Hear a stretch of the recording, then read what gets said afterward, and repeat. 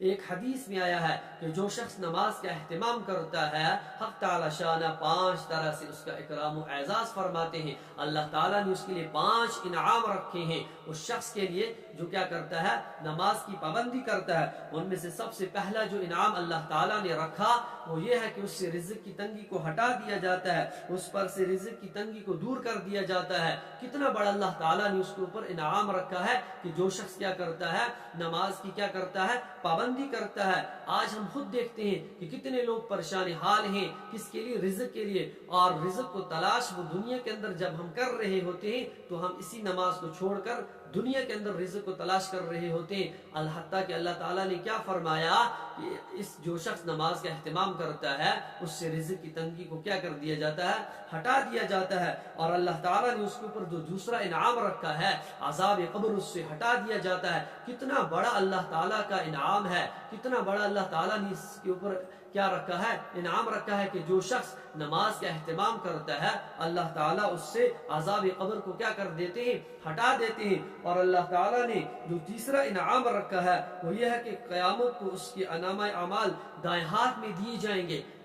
جو شخص نماز کا اہتمام کرتا ہے اللہ تعالیٰ نے اس کے لیے کیا رکھا ہے کہ کل قیامت کے دن اس کے نامہ اعمال جو ہیں وہ دائیں ہاتھ میں دیے جائیں گے. سورہ الحاقہ کے اندر یہ فرمایا گیا ہے کہ کل قیامت کے دن جن لوگوں کو نامہ اعمال دائیں ہاتھ میں دیے جائیں گے, دائیں ہاتھ میں دیے جائیں گے, وہ بہت خوشی کے مارے سب کو دکھاتے پھریں گے کہ میں کامیاب ہو گیا, میں کامیاب ہو گیا. اور اصل کامیابی کس کے اندر اللہ تعالیٰ نے رکھی ہے, آخرت کے اندر. اصل کامیابی جو ہے وہ آخرت کی کامیابی ہے, دنیا کی کوئی کامیابی نہیں ہے, یہ کچھ لمحات کی کامیابی ہے. اصل کامیابی کس کی ہے, آخرت کی کامیابی ہے. اور اللہ تعالیٰ نے کس کے اندر رکھی ہے, وہ نماز کے اندر رکھی ہے کہ جو شخص نماز کا اہتمام کرتا ہے اللہ تعالیٰ نے اس کے لیے اتنا بڑا کیا رکھا ہے, انعام رکھا ہے. اور چوتھا جو انعام اللہ تعالیٰ نے رکھا وہ یہ ہے کہ پل سرات سے وہ بجلی کی طرح گزر جائے گا. کتنا بڑا اللہ تعالیٰ نے انعام رکھا, وہ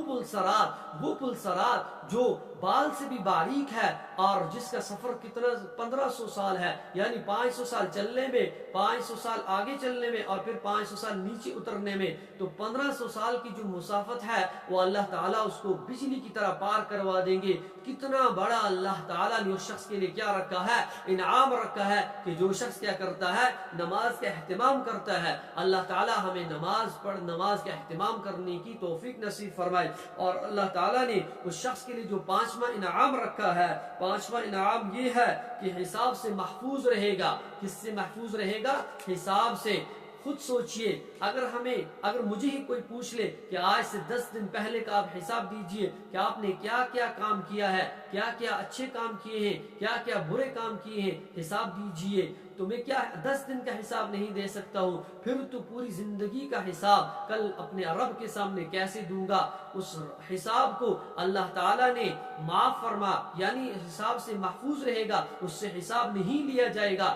اس کے لیے اللہ کو کس کے اندر اللہ تعالیٰ نے رکھا, نماز کے اہتمام کے اندر رکھا کہ جو شخص کیا کرتا ہے, نماز کا اہتمام کرتا ہے, کل میدان محشر کے اندر اللہ تعالیٰ اس سے کیا کریں گے, وہ حساب سے محفوظ رہے گا. کتنا بڑا اللہ تعالیٰ نے انعامات رکھے ہیں کس کے اوپر, نماز کی پابندی کے اوپر.